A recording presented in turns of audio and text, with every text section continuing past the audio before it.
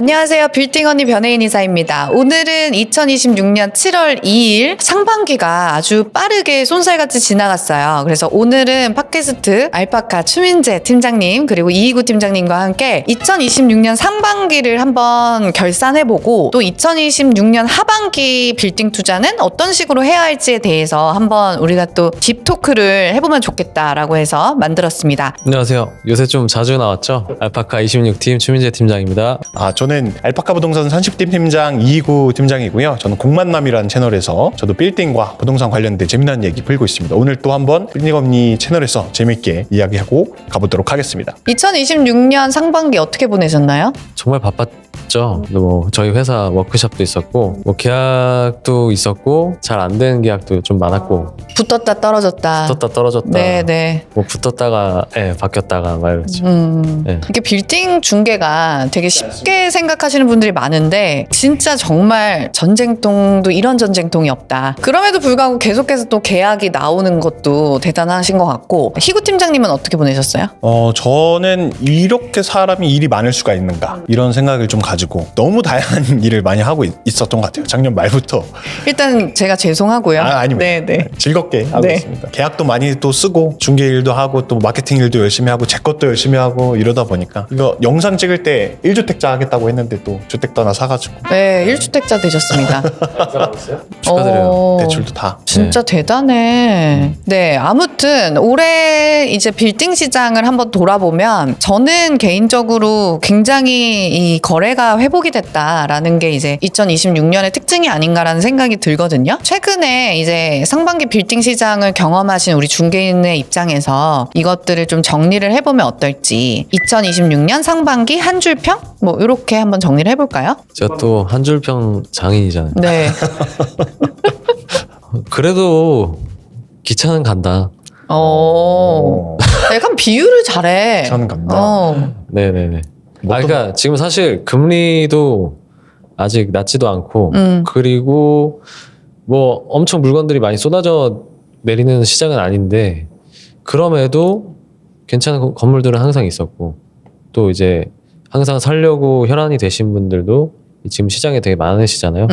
네, 그런 거 보면 뭐 꼭 상황이나 환경을 탓하기보다는 네, 중개사의 입장에서는 그냥 계속 좀 열심히 해야겠다. 그래도 거래가 꾸준했다. 네, 뭐 이런 네, 표현을 네. 하시는 거잖아요. 맞습니다. 네. 저는 한 줄 평이라고 하면 50억 전후 꼬마 빌딩의 전성시대였다. 이렇게 한 줄 평 하고 싶어요. 그러니까 저는 이제 매년 그리고 매 계약마다 이렇게 다 정리를 엑셀에다가 하는데 올해만큼 이 상반기에 이렇게 50억 전후 물건들이 많이 팔린 때가 언제였을까라고 했을 때 어떻게 보면 그게 이번 연도의 굉장히 특징이 아니었나라는 생각이 듭니다. 맞는 것 같습니다. 괜찮은 것 같은데 싶었던 거는 후다닥 다 팔려 있고. 네. 50억 전후에 외국인 상권의 소형 빌딩 위주의 거래가 두드러진 것이 이번 상반기 특징이 아닐까라고 생각을 했고요. 그 중에 절반을 네. 이사님이 다 하셨다는 소문. 그런 소문 내지 마세요. 진짜 절반 더 되죠. 네. 사람들이 저 무슨 한 100억 버는 줄 알아요. 저 그러지 않거든요. 그만큼 되게 멋지신 분이다. 예, 저는 열심히 하고 있습니다. 저는 네, 희구 팀장님 어떻게 보세요? 상반기 빌딩 부동산, 빌딩 시장을 좀 한마디로 평가하자면 저는 세계 속의 서울이었다. 어허. 이런 평가를 하고 싶습니다. 그래서 세계 속에서. 그러니까 결국에 팔렸던 물건들은 가장 서울다운, 가장 한국적인 것들이 많이 팔렸고 네네. 그런 것들 위주로 많이 찾다 보니까 세계 속의 서울이었던 건물들이 팔리지 않았나. 도심지 참 좋아하거든. 그러니까 이런 약간 전통적인 거 되게 좋아하시는 것 같아요. 한국적인 거. 근데 한남동 제일 많이 함. 와인 마시고. 네.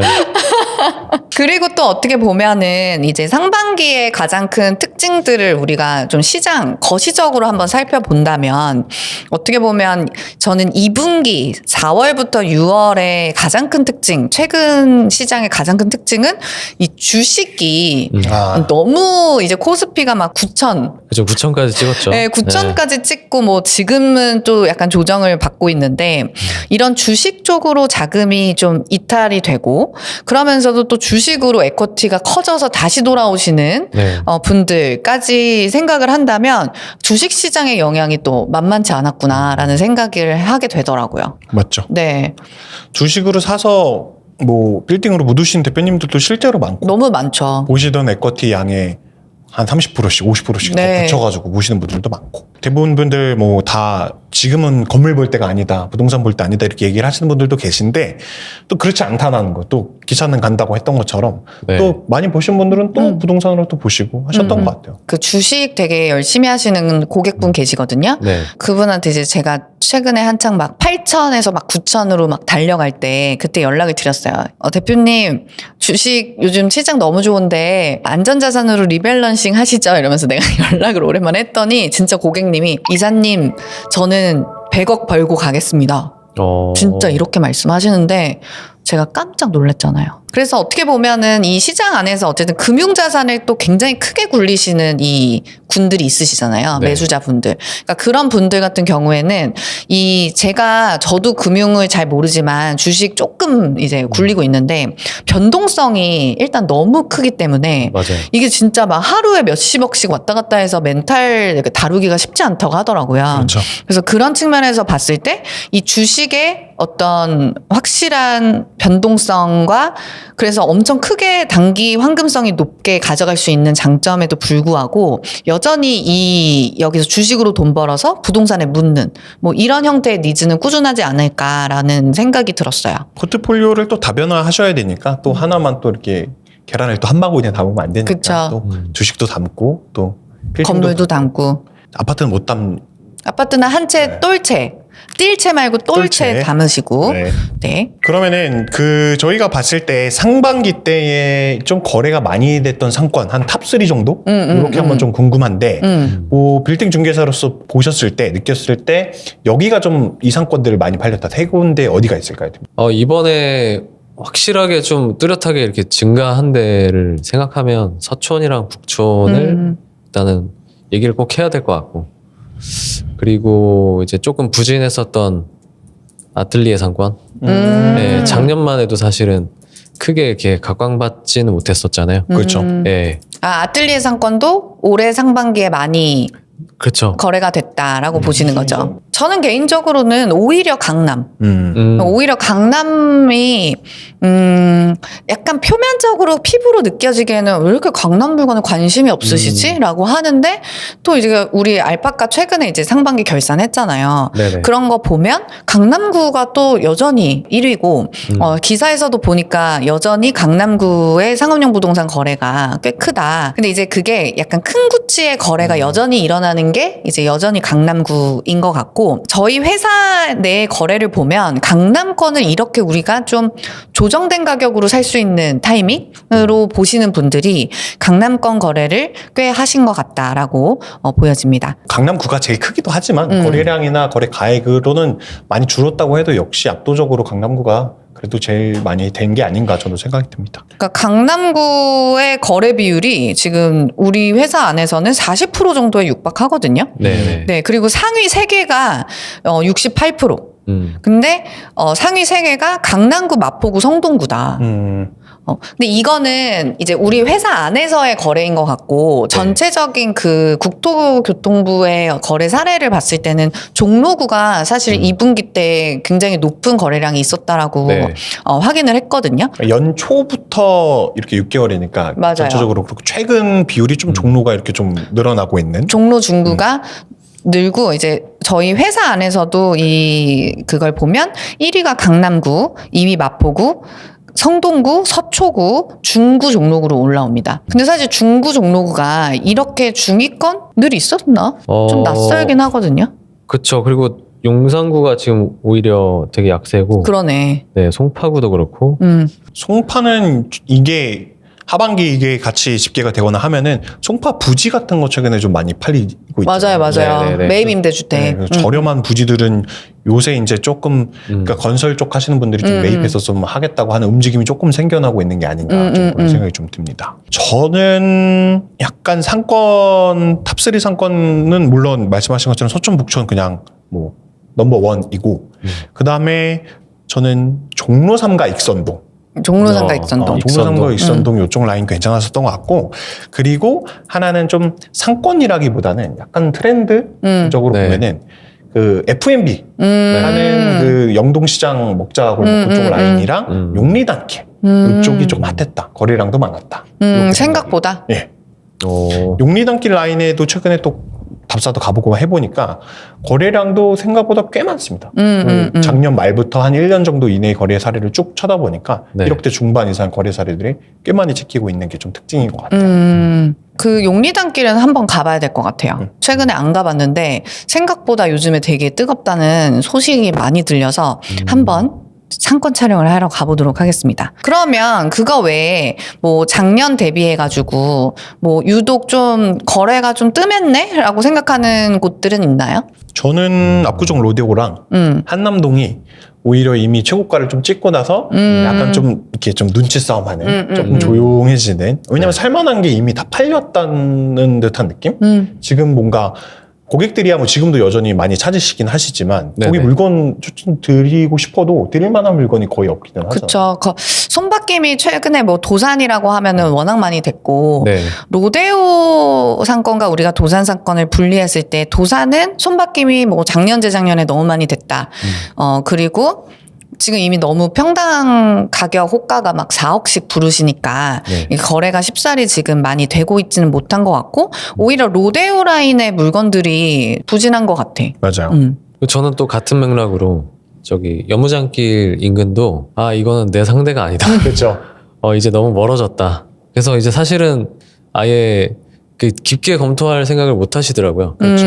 네, 제 자산 규모가 워낙 커져서 네. 그리고 감정가도 너무 안 나오니까 사실 뭐 이게 접근이 쉽지가 않죠. 그렇죠. 법인 투자의 꽃은 사실 레버리지인데 사실 레버리지를 활용할 수 있는 상권이 아니게 돼버리니까 네네. 오히려 접근하기가 너무 어려워지는.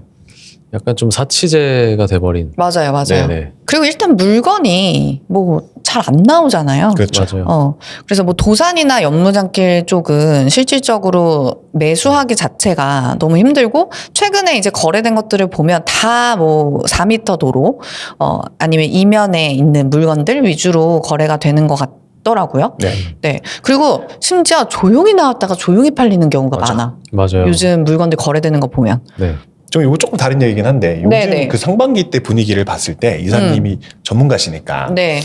매수 우위 시장이었는지 매도 우위 시장이었는지 어떻게 보세요? 이번에는? 물론 이제 지역마다는 다르다. 예를 들어서 연무장이든 뭐 지금도 말씀드리는 것처럼 공급이 지금 부족한 라인들은 여전히 이제 매도 우위 시장에서 움직일 수밖에 없는데 전반적인 어떤 저의 지표라고 하면 제가 이제 매수 문의도 받고 매도 문의도 다 열어놨단 말이에요.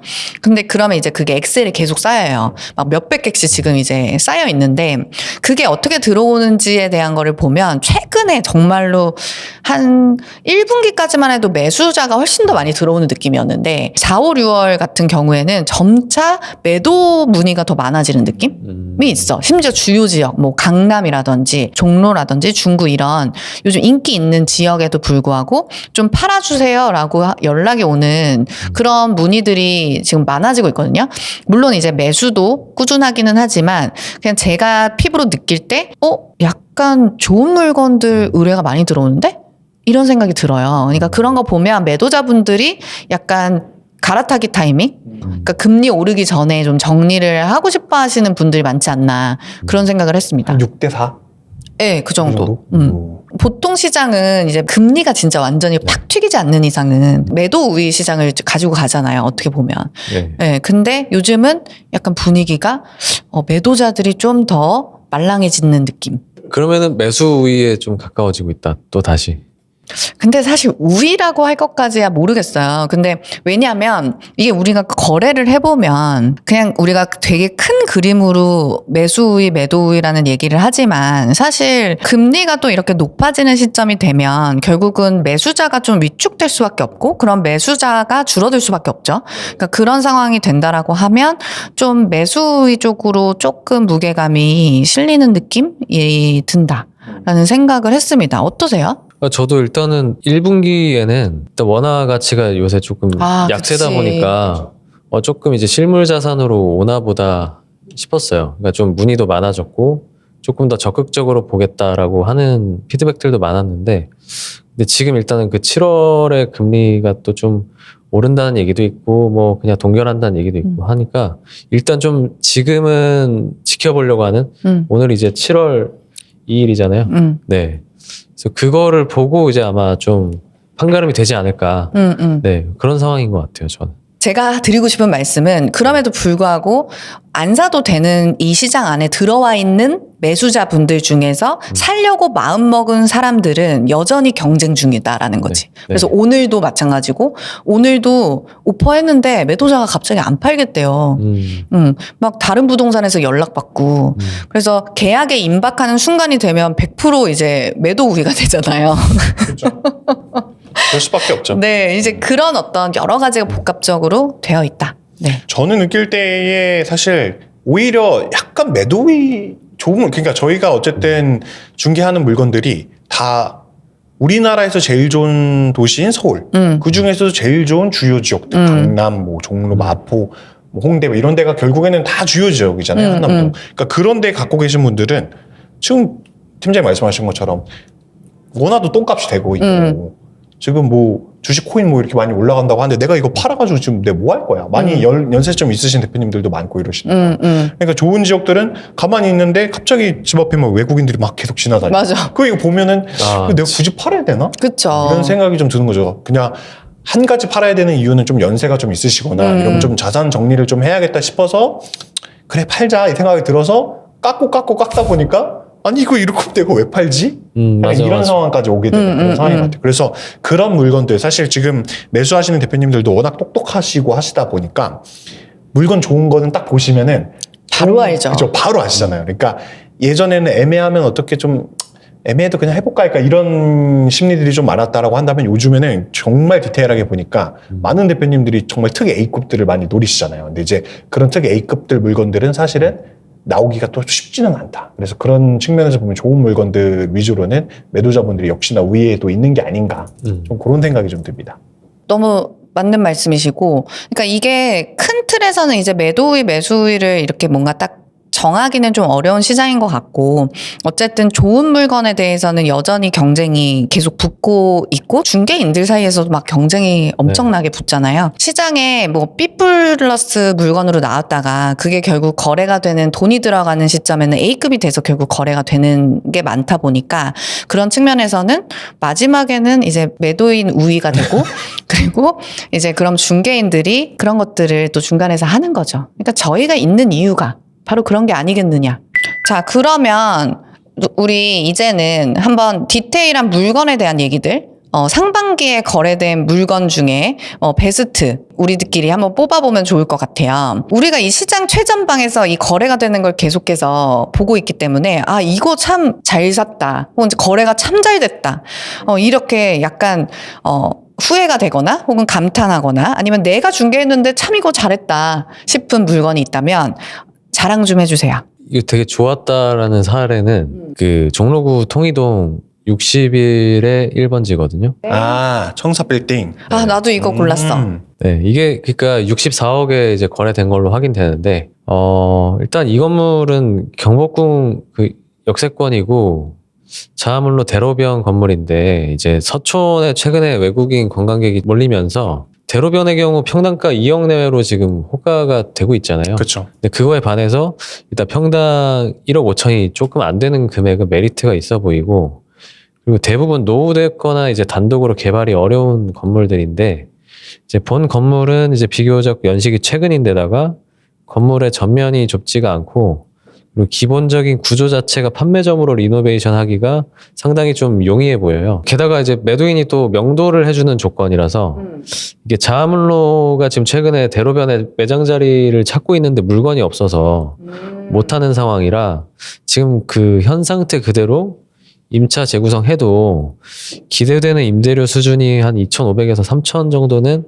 어렵지 않게 맞출 수 있는 분위기이기 때문에 그냥 바로 한 6%대의 수익을 세팅을 할 수 있었던 매물이라고 생각을 해요. 그래서 참 좋았다라고 제가 생각이 들었습니다. 이거는 제가 에피소드가 하나 있는 게 네네. 그 서촌의 분위기가 약간 미묘해질 때쯤이 있었어요. 제가 생각을 해보면 네. 요새는 서촌 너무 좋지 약간 이런 느낌이라면 북촌이 더 낫지 않나? 이런 얘기도 많이 하셨고 서촌 생각보다 가보니까 위쪽 라인은 뭐 사람 별로 그렇게 많지는 않던데 그래서 새마을금고 팔리고 이러면서 네. 이게 그렇게 비싸게 팔릴 거야? 약간 이런 얘기들을 많이 하셨었잖아요. 그래서 되게 미묘해지는 순간들이 사실 있었는데 근데 그거 팔리고 나서 조금 지나고 보니까 이게 있는 거예요. 그래서 이거 되게 괜찮은데? 이 생각이 드는데 매도자랑 연락한 지가 좀 된 거야. 딱 그게. 그래서 담당자한테 이거 팔렸거나 네. 2주 이내에 팔릴 것 같아요. 했는데 그날 전화를 하니까 팔렸대? 계약금 지금 받으려고 준비하고 있다 이러는 거예요. 그래서 오후 시간 지나고 나서 팔린 거예요. 그래서 저한테 담당자가 와가지고 이거 왜 얘기 안 해줬냐고 저한테 그러는 거예요. 담당자가? 담당자가? 팀장님 빨리 말해주셨어야죠. 그 권모 사장님께서 그러신 거야. 권모 씨였어요? 네, 그때 당시에 그러시더라고요. 아. 그게 뭔 소리예요? 그게 도대체 담당자가 얘기를 해주셔야지. 그래서 하여튼 그래서 확실히 딱 분위기가 딱 바뀔 때쯤에 굉장히 깔끔하고 대로변에 너무 좋은 볼륨감도 너무 좋고 네네. 맞아요. 매력이 너무 많았었던 건물인 것 같아요.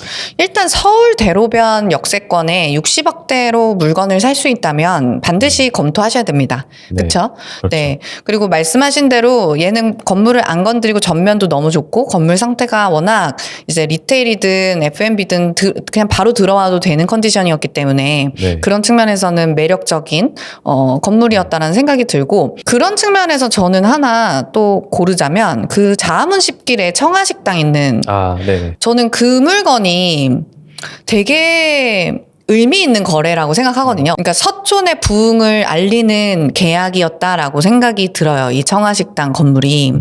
그래서 이 건물 같은 경우에는 이 자아문 10길로, 그러니까 서촌의 메인이 되는 이 리테일이 들어오는 메인 자아문 10길에 지금 현재 올라와 있는 유일한 거래 사례인데요. 실질적으로 최고가로 거래가 돼서 많은 분들이 이게 맞나? 라고 이제 생각을 하셨는데 38억 원에 평당이랑 5,800에 거래가 됐습니다. 올캐시로 사신 거잖아요. 네, 왜냐면 이게 지금 건물이 불법 요소가 있기 때문에 대출이 나오지 않은 상태였고 실질적으로 감정가 자체도 뭐 평당 1억 수준?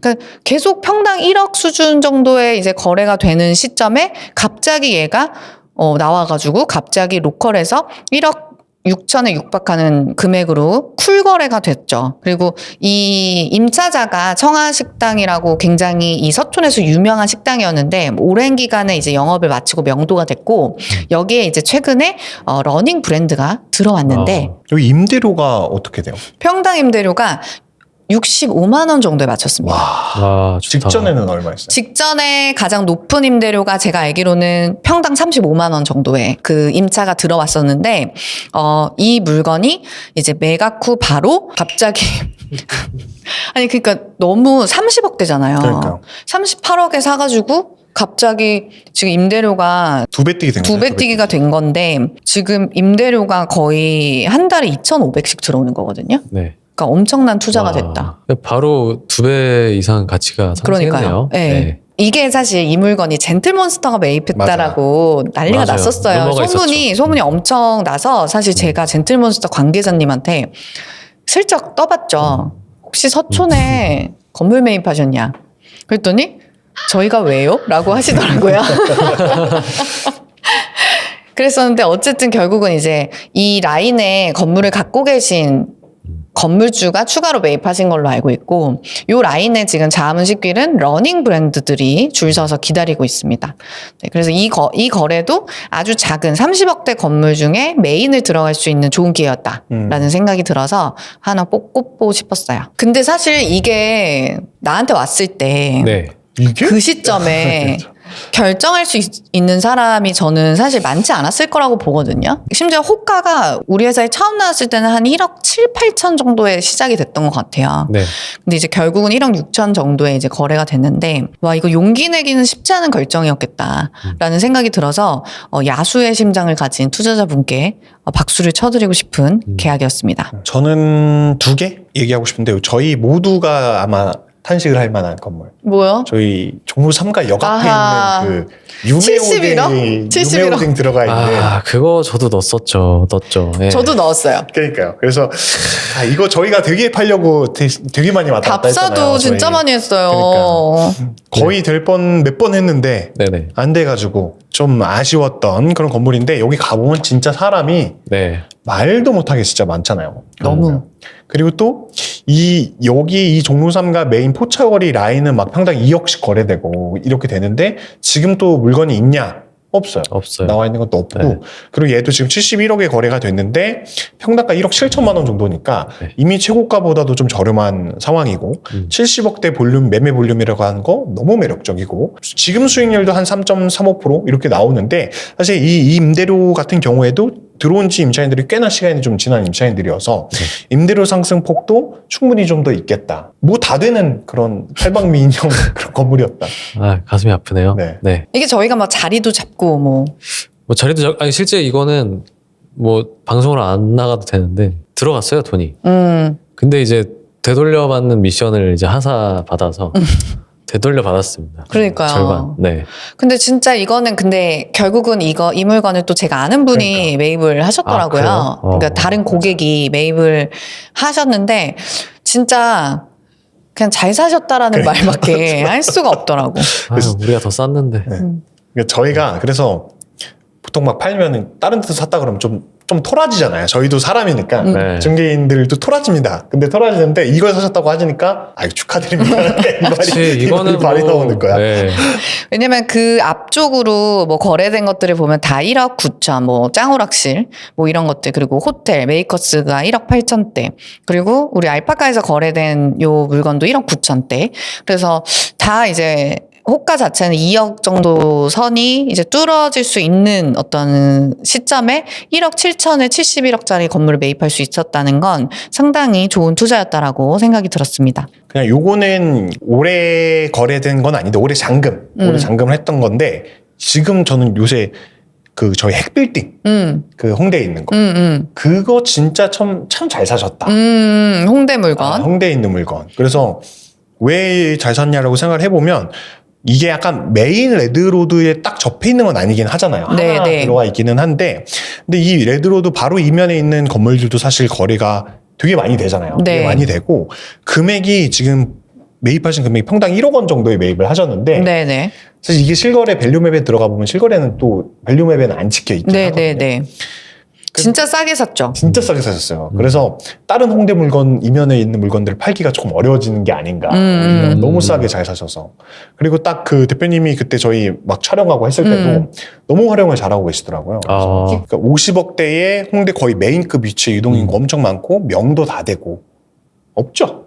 그래서 볼 때마다 내가 돈을 빨리 모아서 이런 걸 사야 되는데 이런 생각을 많이 하게 되는 그런 건물인 것 같아요. 그러니까 완전 메인은 아니지만 메인에 완전 접해 있는 그러니까 연무장길에 접해 있는 약간 그런 물건 같이 레드로드에 접해 있는 그런 물건이었습니다. 그러니까 저도 이 동네를 저도 홍대에서 술을 옛날에 많이 마셨다 보니까 이 골목길을 해롱해롱거리면서 많이 지나다녔던 기억이 있어요. 그래서 정감이 더 있어서 그런지 모르겠는데 굉장히 좋게 본다. 사례 저도 한번 또 얘기하자면 논현동 234의 8번지 서간빌딩 345억에 아하, 이거 최근에 떴더라. 네. 네.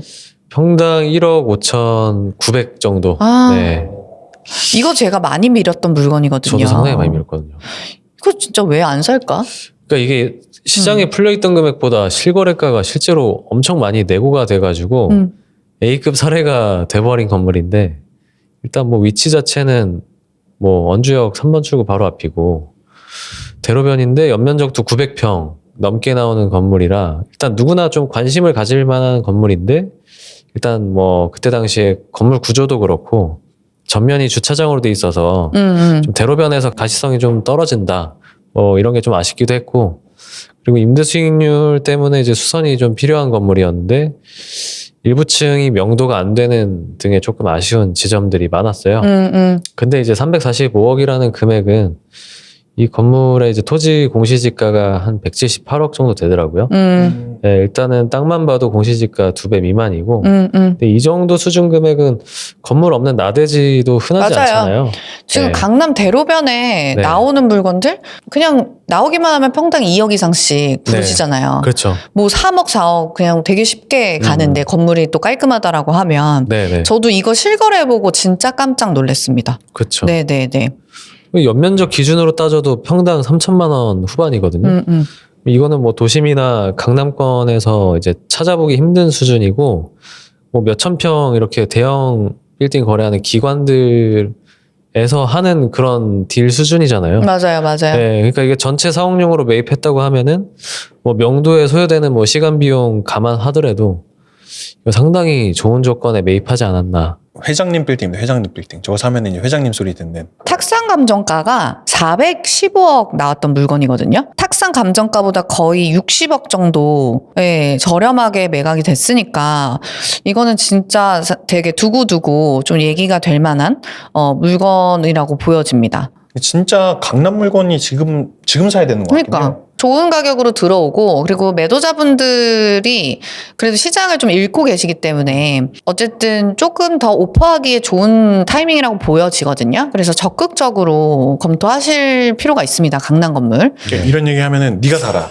이제 뭐 강남에 공실 받냐? 막 이런 얘기도 많이 댓글에 막 달리고 그러잖아요. 근데 실제로 저희가 중개사들이 느끼는 거는 고수분들, 그러니까 이미 투자 경험이 몇 번 있으신 대표님들은 지금 사고 계세요, 사실. 네. 사실 그냥 드리는 말씀이 아니고 약간 오히려 저평가된데 지금 사람 좀 조금 썰렁해도 시세 대비 저렴하게 돼 있는 곳 그런 거 많이 사고 있어요. 그래서 그러니까 초보자들은 이런다? 약간 저평가돼 있는 데가 뭐야? 라고 하면은 뭐 어디 용산에 아무도 안 가는 약간 거기 갑자기 상권이 생길 것 같다고 뭐 물레동 뭐 이런 것들 얘기 되게 많이 되잖아요. 뭐 효창공원 뭐 하면서 이제 얘기를 하는데 실질적으로 이 고수들을 보면 이미 떴어도, 그러니까 많은 사람들이 떴다고 생각을 하는데 거기서의 저평가를 찾는 것 같아요. 그러니까 강남 같은 경우에는 이미 너무 높아라고 하면서 이제 안 볼래요. 저는 외국인만 볼래요. 이러는데 강남이 지금 다시 볼 때다. 이런 식으로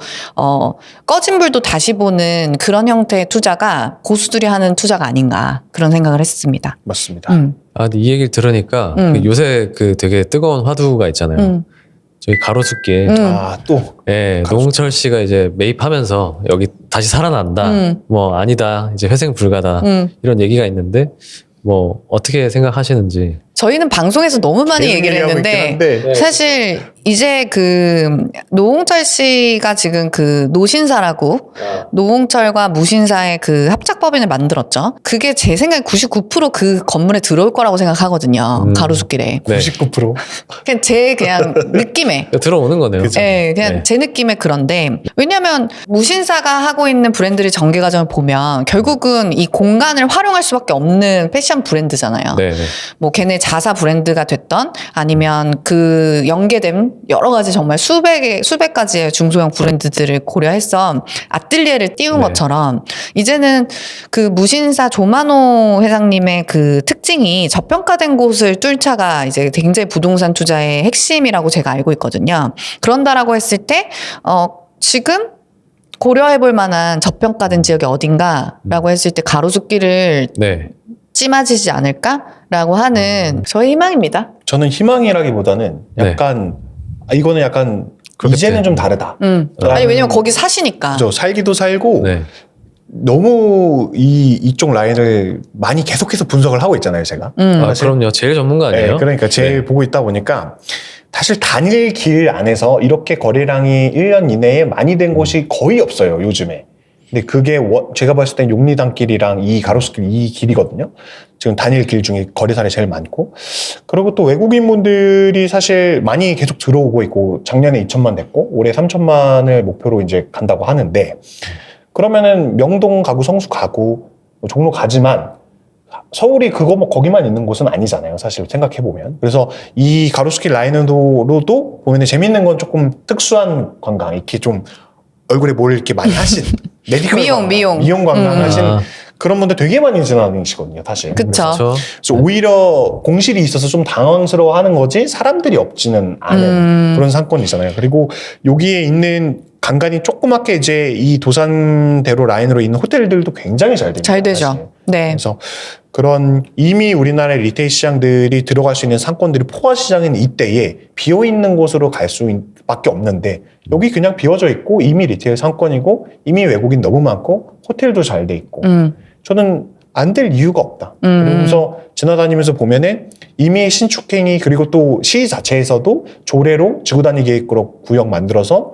가로구역 이렇게 여기 높이 제한도 없애주고 일조권도 완화해주고 이런 것들이 있다 보니까 신축행위 하는 곳들도 되게 많고 비기에 쳐놓고 바꾸고 있는 곳들도 굉장히 많고 그래서 요 끝길 라인으로 또 가보면은 보피라고 하는 그런 네. 명품 브랜드 또 들어와서 지금 엊그저께 이사하고 있더라고요. 그래서 분위기가 확실히 바뀌고 있다라는 건 저는 몸소 느끼고 있는데 또 제발 이제 누가 좀 알았으면. 알았으면 저는 답답해요. 저는 오히려 이제 좀 싸게 나오지 않을까 이렇게 좀 계속 노리고 있는 분들이 있는데 생각보다 뭐 손해 보면서 파시는 분이 없었다. 그쵸. 네, 이제 그러다 보니까 조금 장기화되지 않았나. 또 영향이 있지 않았나 생각이 좀 들고. 브랜드 네. 하나가 어떻게 들어오는지가 되게 관건이 될 거예요. 트리거가 될 것이다. 상권을 바꾸는. 네. 그러니까 그게 어떻게 보면 노홍철 씨한테 달려있지 않나. 왜냐면 또 건물이 그 가로수길 딱 정 가운데 있어요. 네네. 네, 그래서 그 분위기를 바꾸기에 그리고 모객을 하기에 되게 좋은 사례가 되지 않을까라고 생각이 들어서 빨리 확정이 좀 됐으면 좋겠어요. 뭐가 들어오는지. 커밍순이라고 써있지 않았어? 맞아요. 커넥션 되어 있습니다.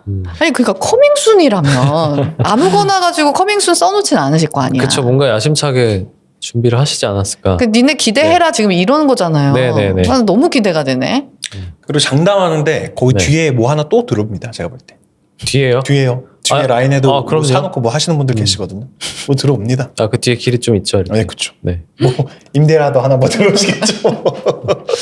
그래서 가로수길을 지금 한번 좀 검토해 보실 타이밍이 아닌가. 그래서 좋은 물건 저희가 또 많이 가지고 있기 때문에 매수 궁금하신 분들은 링크로 남겨주시면 저희가 좋은 물건들 브리핑 드리도록 하겠습니다. 그거 한번 해보면 어떨까요? 저희 중개했던 물건들 중에 얘기해볼 만한. 아하. 내가 이거 너무 잘 사드린 것 같다. 뭐.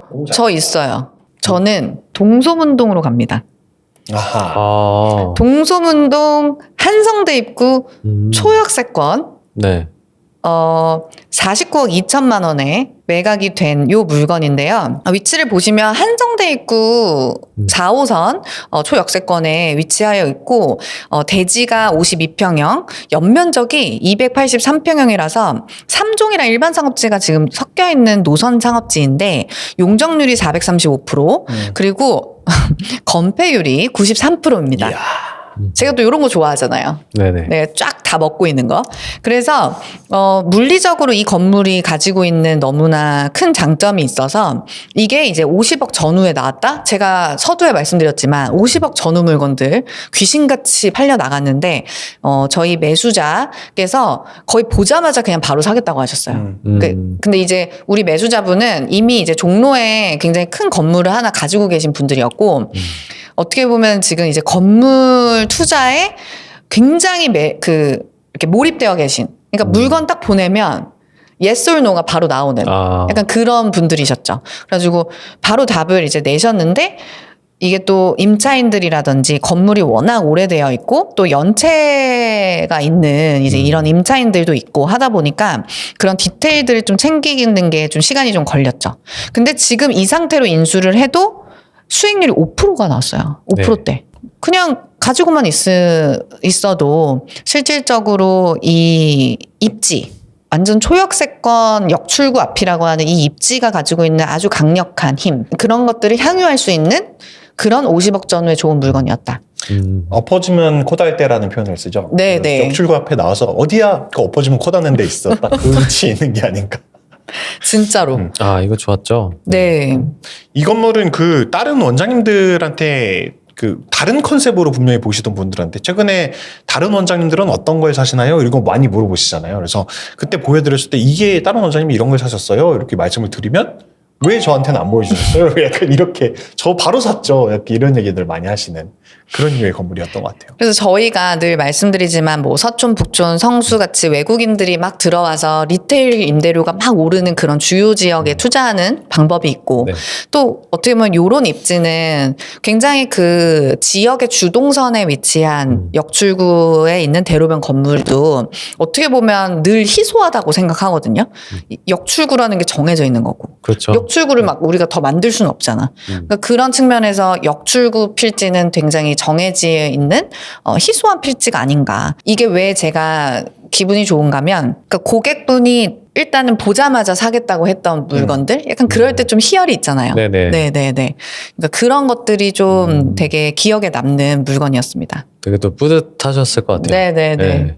민지 팀장님. 저는 여기 앞에 계신 이제 희고 팀장님이랑 같이 한 건데 누아동 48억 5천원짜리 부지 있잖아요. 그러니까 뭐 사실 기억에도 좀 남고 상당히 또 매입하신 분은 잘 매입하셨다는 생각이 들고. 아니 이거 계약 히스토리 좀 공유 좀 해주세요. 진짜 천국과 지옥을 오가는. 그쵸. 이게 그런 것도 얘기해도 되나요? 그럼요. 그런 거 좋아하십니다, 저희 구독자님들. 네, 일단 처음에 이제 이 매물 이제 나왔을 때 얘기부터 하면 원래 처음에 앞에 그 카페 건물만 파는 줄 알았어요. 그랬을 때는 이제 평당 한 1억 3천.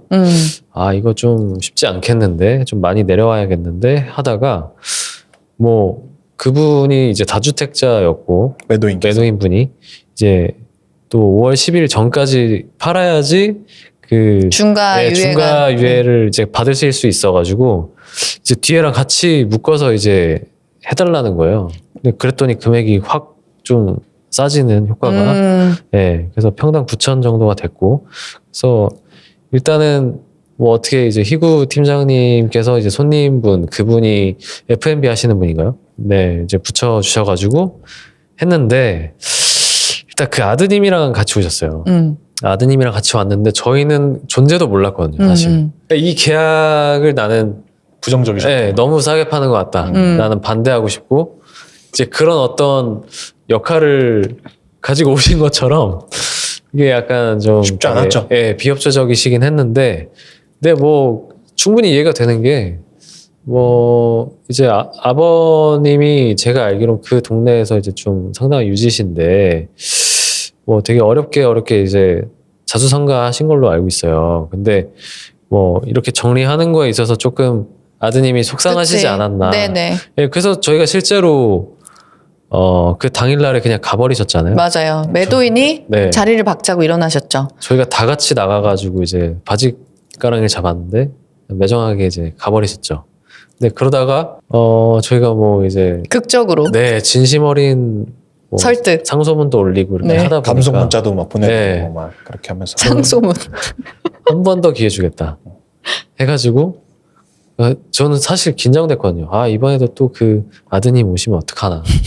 근데 이번에 다행히 그 처남이 오셔가지고 근데 이 처남은 또 어떤 스타일이실까 했는데 상당히 굉장히 우호적이셨죠. 네네네. 이미 제가 봤을 땐 다시 오실 때는 제가 또 그 자리에 같이 있었잖아요. 맞아요. 그러니까 계약 자리에 왔다가 계약을 하러 의지를 갖고 매도 매수가 모였다가 계약이 안 되고 돌아간다? 이게 중개인한테도 슬픈 일이지만 사실 매도자 매수자한테도 상당한 기회비용이라는 그런 부분들이 있죠. 매몰 비용 같은 것들. 그런데 다시 모인다라고 하는 거는 저는 어쨌든 의지가 확실하게 섰다. 그러니까 그 흔들렸던 의지가 다시금 만들어졌다. 그래서 그런 측면에서 이제 매도팀에서 고생을 좀 많이 했던 거래였죠. 그래서 아니 근데 이사님께서 또 되게 부드럽게 확실히 잘 해주셔가지고 원래 이제 남자들만 사실 거기 다 남자들밖에 없었잖아요. 험악해지더라고요 점점. 네 맞아요. 그럴 때 이제 여자가 약간 여자 중개사가 또 들어가줘야 됩니다. 미인계를 한 번씩 이렇게 또 그러니까 뭐 진짜 별 수 없더라고요 남자들. 공인중개사가 어떤 일을 할까 약간 궁금해하시는 분들이 계시잖아요. 근데 진짜 이 빌딩 중개는 전 재산을 베팅해가지고 서로 협의를 하는 거다 보니까 정말 감정이 상하고 첨예하게 갈등이 많이 됩니다. 근데 이제 그런 상황에 딱 맞는 거 하나, 금액 하나만 맞거나 뭐 조건 하나만 맞거나 이럴 때 만나서 딜을 하잖아요. 근데 그럴 때 남자분들이 가서 대표님 살려주십시오 뭐 이렇게 해도 안 될 때가 많습니다. 근데 그럴 때 또 살가운 또 우리 따님 같은 분들 이런 분들 들어와서 아버지 어쩌고저쩌고 이렇게 해드리면 우리가 백날 얘기해도 안 되는데 갑자기 또 돼요. 그러니까 이게 다 사람이 하는 일이라 그래요. 네. 그러니까 이제 확실히 대표님 하다가 이제 아버님이 나오니까 판이 달라져. 완전히 달라집니다. 그래서 어쨌든 이 물건도 서촌에 좀 의미 있는 계약이다. 그래서 저희 그 영정 대표님이 이거 내가 살 걸 그랬어 이런 말씀을 하시더라고요. 그래서 어쨌든 매수자분이 의지가 확실히 있으셨고 매입에 대한 의지가 있으셨고 어떻게 보면 그런 정책적인 이슈가 도움이 됐던 네, 다주택 그 규제가 이 매각을 하는데 되게 중요한 키가 됐던 것 같아요. 그래서 어떻게 보면 좀 운도 따라줬다. 네네. 네. 매수 대표님께서도 또 이거를 확실하게 저희한테도 신뢰를 또 주시면서 저희가 할 거고 어떤 조건 만들어주시면 할 거고 이렇게 해서 좀 만들어주세요. 안 돼도 플랜 B, C 가봅시다. 이렇게 딱 신의를 주셔가지고 맞아요. 저희도 열심히 또 다 같이 한 원팀으로 일했던 게 아닌가. 네. 그래서 이제 이 매수자분도 이거 잔금을 치르시게 되면 워낙 또 컨텐츠가 좋은 분이시기 때문에 이 서촌 왼쪽 라인, 자하문로 9길 라인에 또 약간 또 의미 있는 뭔가 컨텐츠가 들어가지 않을까? 그런 기대가 됩니다. 네, 여기 상권에 좀 지각 변동이 있지 않을까. 네네네. 네네. 그래서 기대가 돼요. 저기 희구 팀장님은 좀 기억에 남으시는. 네. 요거는 그 작년 말이니까 저희로 따지면은 1분기 진짜 막 시작했을 때 첫 계약 네. 했었던 그 제준 빌딩이라고 송파에 아, 우리 송파 역 앞에 있는 네, 그 네. 건물이거든요. 그래서 33억 5천에 그렇죠, 33억 거래된 네. 건물입니다. 요 건물인데 요거는 사실 저희 이사님이랑 같이 또 이제 한 거고 이제 제가 매도 사이드에서 하면서 또 매수도 또 우리 이사님이랑 같이 진행했던 그런 우리 멋진 젊은 대표님들께서 매입하신 건물인데 아, 이것도 진짜 히스토리가 어마어마합니다. 이 건물 같은 경우에는 사실 대박인 게 이 건물을 매수하신 매수인과 매도하신 매도인이 지인이십니다. 알고 계신 지인. 알고 보니까. 네, 알고 보니까 지인인데 그게 그냥 지인이냐? 알고 보니까 원래 네. 매도인께서 갖고 계신 다른 건물의 임차인이 이 매수인이셨던 거예요. 아, 그런 스토리가 또 있구나. 네. 네. 진짜 근데 이런 우연이 있나 싶게 신기한 어떤 인연이었어요. 맞아요. 그래서 이 건물에서 최초에 임차하신 이 건물에서 너무 이게 잘 되셔서 네. 이 본업도 너무 잘 가고 계셨던 대표님이셨던 거예요. 그래서 처음에 보셨던 금액은 아니었고 금액이 추가적으로 계속해서 내고를 했었고 사실 이 매도인과 저희가 관계가 또 굉장히 깊었었던 네, 희구 팀장 완전 네, 주니어 때부터 했었던 거고 제가 유튜브에 처음 나왔었던 건물도 이 건물 광고하려고 처음 맞아, 나왔어요. 그래서 와, 의미가 엄청. 2구 대리가 나와가지고 팔겠다고 막 그랬었는데 제 채널에 올렸잖아요. 맞아요, 맞습니다. 그랬었는데 어쨌든 금액이 많이 또 내고가 됐고 해서서 매수인분들께서 워낙에 이제 배우 세대 좋고 이런 꼬마 빌딩을 좀 매입하고 싶다. 그래서 주택도 매입을 오히려 안 하시고 오히려 건물에 더 매입을 하고 싶다라고 좀 소중하게 그런 마음을 가지고 계셨던 대표님들이셨거든요. 그래서 당시에는 사실 매입하실 때 명도 조건은 아니었어요. 워낙에 직영 사용을 잘 하시는 대표님들이긴 하시지만 인수 조건으로 샀는데 뭐 나중에 비면 들어가서 하지 뭐 이렇게 말씀을 하셨었는데 그게 또 운 좋게 임차인분이 또 나가셨어. 딱 잔금 이후에 지하 1층이 임차인이 나가면서 네. 지금 지하 1층에 이제 그 매수 대표님의 브랜드가 들어가서 거기에서 이제 오프닝을 이번 주 토요일 내일 합니다. 네. 진짜요? 그래서 네. 그냥 어떻게 보니까 이렇게 물에 휩쓸려서 이렇게 인연처럼 되게 휩쓸리고 가면서 물론 중간에 계약하는 과정에 있어서도 네. 지인이어도 또 돈에서는 또 이렇게 명확하게 해야 되니까 그럼요. 빡빡한 부분이 타이트한 부분들이 좀 있었어요. 근데 이제 그게 풀리고 나서는 굉장히 물 흐르듯이 좀 잘 갔던 모두가 서로 만족하면서 웃으면서 계약을 썼었던 그런 굉장히 뿌듯했던 그런 네네. 계약이었습니다.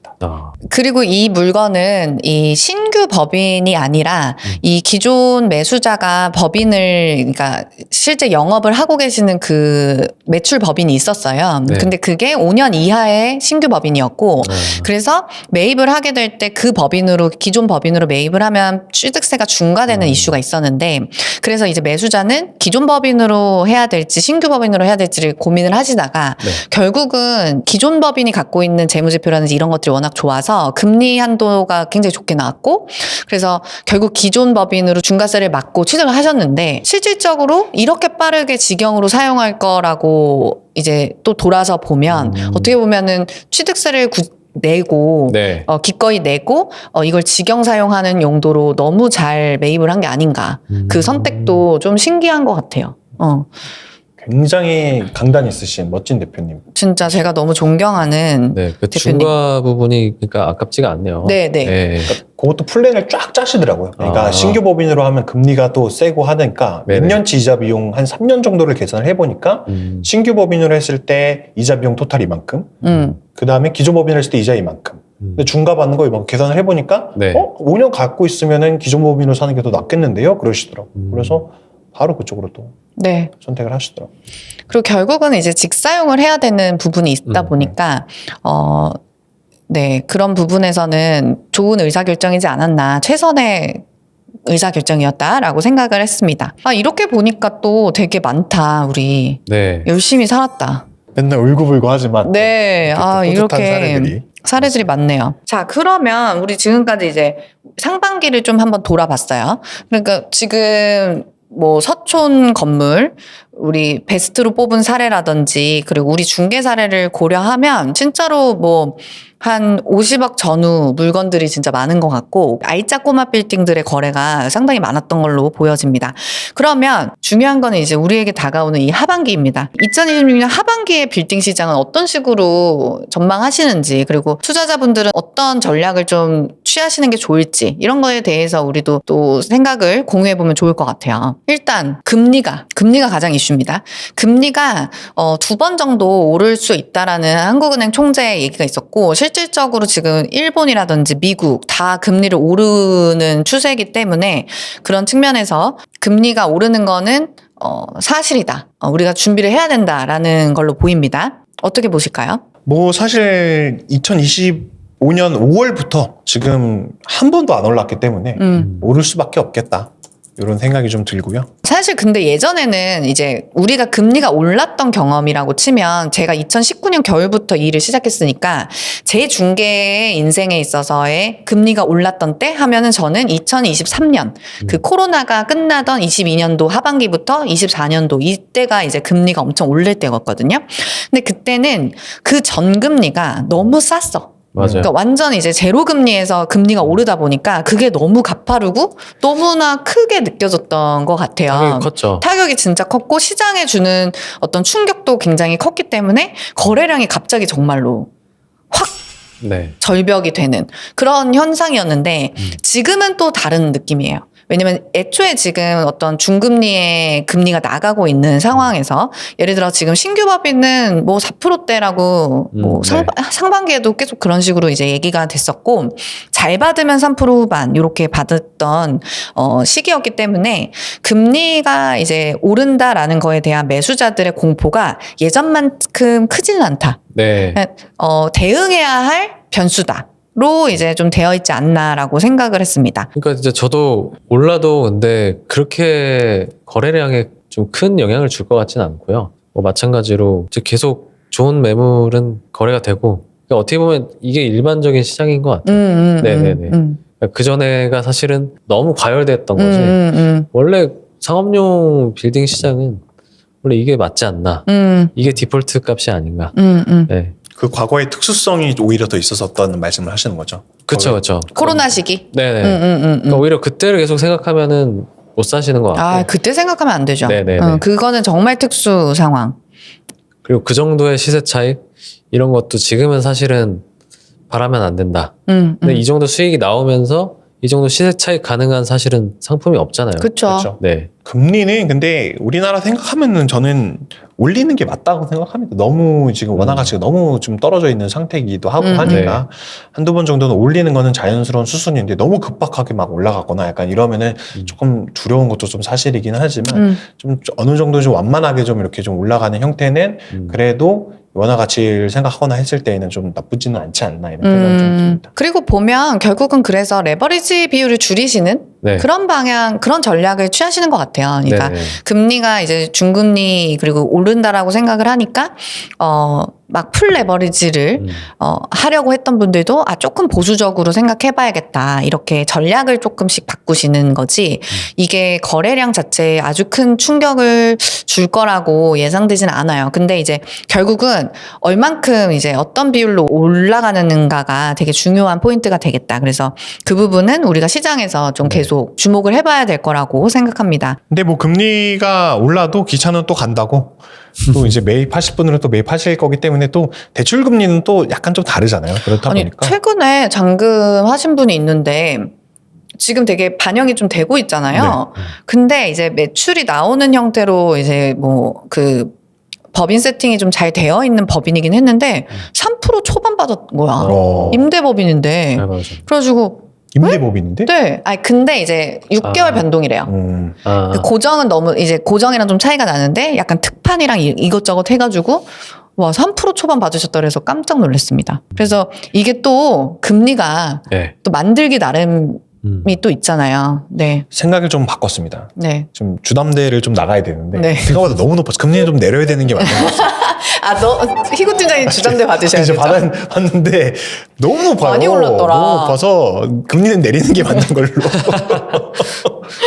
그 하반기 때는 그 이런 거를 전문가적으로 좀 조언해 주시면 좋을 것 같은데, 이런 건물이 좀 팔긴 쉽지 않을 것 같다. 혹은 이런 건물이 하반기 때도 혹은 내년 초까지도 매매가 될 것 같다. 그러니까 금리가 좀 오르는 이런 리스크가 좀 커지는 시장이잖아요. 그러니까 작게 하셔라. 작은 물건들, 알짜 건물들 좀 적극적으로 검토하시는 방향이 좋지 않을까?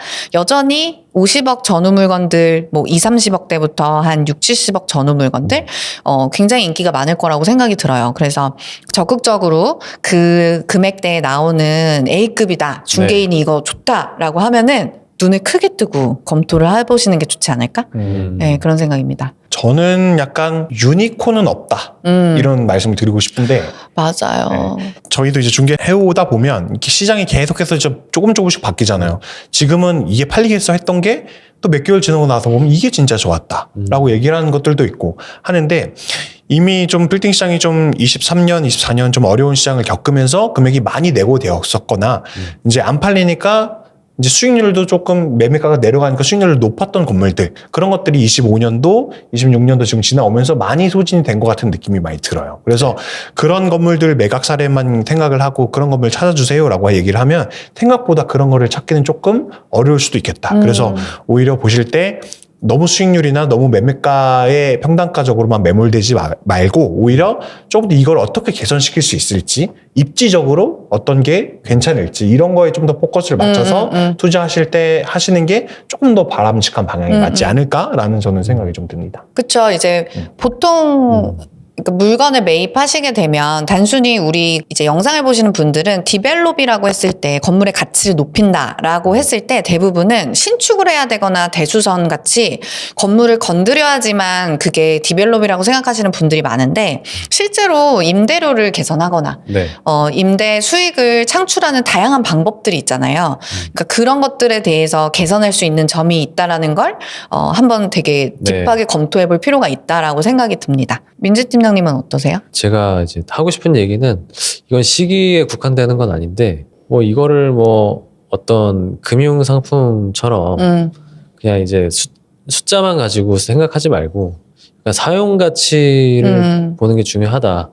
그러니까 예를 들어서 내가 실사용을 안 하더라도 이제 이걸 사용하는 임차인이 이걸 어떻게 쓸 건지, 그러니까 컨텐츠가 딱 구상이 되고, 그리고 내가 이게 사용하고 싶은, 임차하고 싶은 물건인지 이게 되게 중요한 것 같아요. 맞아요. 그래서 그거에 따라서 뭐 옆에 팔린 사례보다 비싸더라도 실제적으로는 안 비싼 걸 수도 있거든요. 맞아요. 단순한 계산으로만 어떤 보면 안 된다. 시세라든지 네. 그렇게만 판단하면 오히려 좋은 물건을 실패할 수 있다. 놓칠 수 있죠. 네네. 그러니까 좀 다각도로 검토해야 되고, 그러니까 매수자분들한테는 좀 더 이제 어려운 거죠. 그런 부분이. 그래서 중개인들이 잘해야 됩니다. 맞습니다. 네. 그쵸. 네. 그럴 때 애매할 때는 빌딩 학개론 영상이 많이 올라와 있으니까 그런 걸 보시면서 그 빌딩 내공을 키워야 됩니다. 네. 어쨌든 결국은 금리가 높아지는 시장에서는 뭐 이거는 올해 큰 트렌드이기도 하지만 수익형 건물들이 이렇게 많이 팔린 적이 없잖아요. 그러니까 옛날에는 이제 나대지 같은 거, 최근에는 정말 뭐 매입 임대주택용의 그런 싼 뭐 평당 3, 4천 하는 서울 나대지 정도만 팔렸지, 실질적으로 뭐 주요 지역의 신축을 목적으로 매입하는 그런 거래 사례가 상당히 줄어들었잖아요. 그렇죠. 그러니까 그거는 저는 결국 금리의 리스크가 커졌기 때문이라고 생각을 하고, 그런 측면에서 봤을 때 수익형 건물을 어떻게 운영하고 어떤 식으로 가치를 높일 수 있을까? 그러니까 말씀하신 이 두 가지 포인트거든요. 어떻게 임대 공간을 사용의 어떤 가치를 어떤 식으로 가져갈 것인가. 그리고 입지라든지 어떤 그게 단순 숫자가 아니라 좀 다각도로 볼 수 있는 그런 뷰를 가지고 검토를 하시는 게 되게 중요할 것 같습니다. 네. 근데 저는 중요한 포인트는 결국에는 물건을 많이 보셔야 돼요. 저는 그런 맞아. 생각이 들어요. 물건을 네. 저희가 안내를 남자를 많이 만나야 또 남자 얘기였군요. 남자를 많이 만나야 고를 거 아니에요. 맞습니다. 네. 근데 또 너무 많이 만나면 헷갈립니다. 그렇죠. 맞아. 결정을 못해요. 그렇죠. 그래서 아니 저는 근데 이게 막 계속 PDF를 보라는 게 아니고 저는 임장을 많이 가졌으면 좋겠어요. 저희가 사실 공유드리는 물건이 저희한테 문의 주시면 사실 다른 데는 어떻게 하는지 모르겠는데 저희 진짜 좋은 거 위주로 드리려고 엄청 골라서 드리거든요. 사실 진짜. 맞아요. 근데 그거 저희는 약간 이거 가서 한번 보시고 어떨지 너무 궁금한데 우리끼리 이렇게 생각을 하잖아요. 근데 이제 물론 바쁘시니까 좀 못 가시는 경우도 많고 약간 이렇게 생각이 드실 수도 있지만 A급 물건을 진짜 갖고 싶으시다고 하시면은 저는 봤을 때 보고 임장을 많이 다녀보시고 그 상권을 느껴봐야 아 이게 내가 임대를 맞추더라도 어떻게 맞아. 개선할 수 있고 여기가 앞으로 오르겠다 내리겠다 이런 게 감이 좀 잘 오잖아요. 그러니까 이제 확실히 중요한 건 물건 받으면 어느 정도 괜찮은 물건들을 위주로 드리니까 좀 많이 다녀보셔라. 이 얘기를 꼭 드리고 싶어요. 완전 중요합니다. 좋은 사람 찾는 거랑 비슷하잖아요. 네. 그러니까 완벽한 이상형을 찾을 수는 없고 다만 내 기준에서 우선순위에 맞는 걸 고르려면 내가 뭘 원하는지를 인지하셔야 된다. 네. 그래서 단순히 중개인이 추천하는 것도 중요하겠지만 본인의 기준을 어떻게 세우시는지가 되게 중요하니까 혹시 그런 게 궁금하시다면 그 월급쟁이 부자들의 또 네. 빌딩 언니 그 강의가 있습니다. 네, 그래서 그 기준을 만들어 드리는 강의가 있으니까 그것도 좀 참고해 보시고요. 네. 그 기준이 궁금하시면 우리 알파카 부동산 추민재 팀장님 또 찾아주시고 변혜인 이사님 또 그러니까 사실 기준 없으신 분들도 많아요. 맞아요. 근데 그런 걸 잡아드리는 것도 저희 역할이기 때문에. 맞아. 맞습니다. 네. 그리고 약간 좀 그런 것도 있습니다. 그 답사하거나 할 때 나 혼자 보면 뭘 봐야 되는지 모르겠다고 하시는 분들 많이 있으신데 그럴 때 투어 저희 같이 돌잖아요. 상권 저희 시간 만들어야죠. 네. 만들어서 다니니까 중개인한테 또 같이 답사나 이런 부분도 요청을 하시면 또 시간 맞춰서 상권도 돌고 물건 어떻게 현장에서 봐야 되는지도 같이 좀 볼 수 있죠. 그래서 적극적으로 중개인을 활용하시고 지금 상반기에 아직 건물을 못 사신 분들은 하반기에 꼭 좋은 물건을 매입하실 수 있는 기회가 되셨으면 좋겠고 또 이제 매각을 고민하시는 분들도 지금 금리가 어쨌든 이슈기 때문에 변수가 될 거기 때문에 전략적으로 매각할 수 있는 플랜을 중개인과 상의하셔서 좋은 거래 진행하시면 좋겠습니다.